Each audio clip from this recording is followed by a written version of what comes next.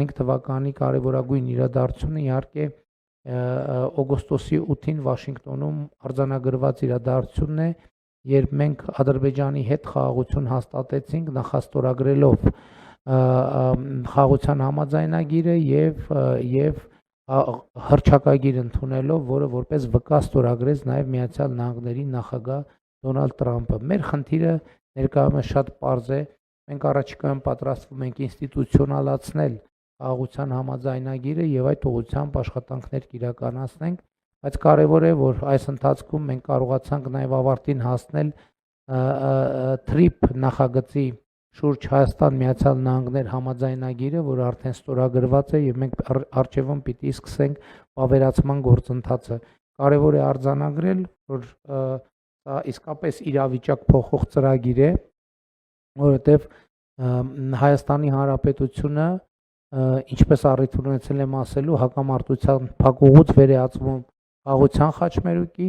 եւ սա իհարկե մեծ իրադարձություն է մեր երկրի կյանքում եւ 2026 թվականին արդեն գետնի վրա կսկսվեն իրական աշխատանքները։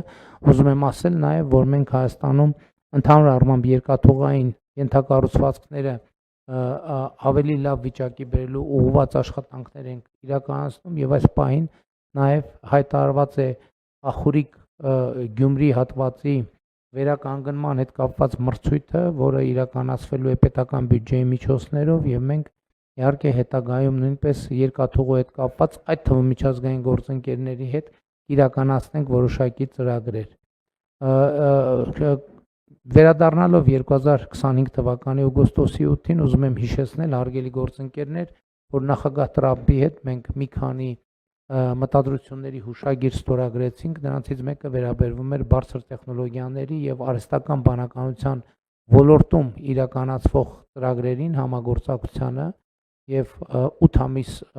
ըստ էության 10 ամիս է անցել այդ համաձայնագրի ստորագրումից եւ եկեք տեսնենք, թե մենք ինչ արդյունքներ ունենք արդեն իսկ։ Երևանի պետական համալսարանում ստեղծված է արհեստական բանականության կենտրոն, կառավարությունը $10 միլիոն է հատկացրել եւ սուպեր համակարգիչ է ձեռք բերել Երևանի պետական համալսարանի համար։ Երկրորդը Գագարինում արդեն բացվել է արհեստական բանականության առաջին գործարանը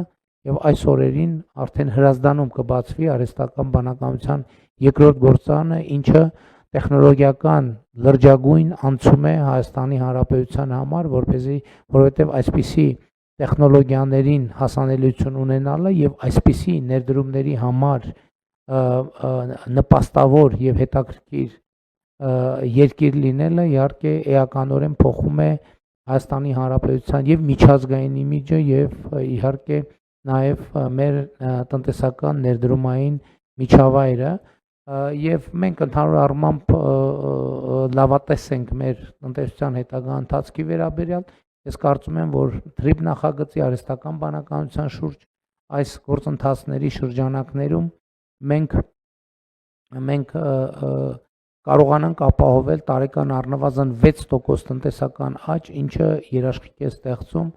որ մենք այդ թվում սոցիալական ոլորտի մեր բարեփոխումները հաջողությամբ իրականություն կդարձնենք։ Ընդհանուր առմամբ նաև քանի որ նաև 5 տարին ենք ամփոփում նախորդող 2021 թվականից, հարկ եմ համարում ընդգծել, որ կառավարությունը նախորդող շրջանում ավելի քան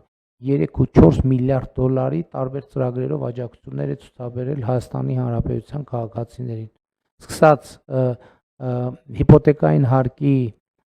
պարագայում եկամտային հարկի վերադարձի ծրագիրը, շարունակած տնտեսական արդիականացման ծրագրերով, շարունակած գյուղատնտեսության ոլորտում արտոնյալ վարկերի տրամադրման ծրագրով եւ այլն եւ այդպես շարունակ, եւ սա նույնպես շատ էական դեր է խաղացել Հայաստանի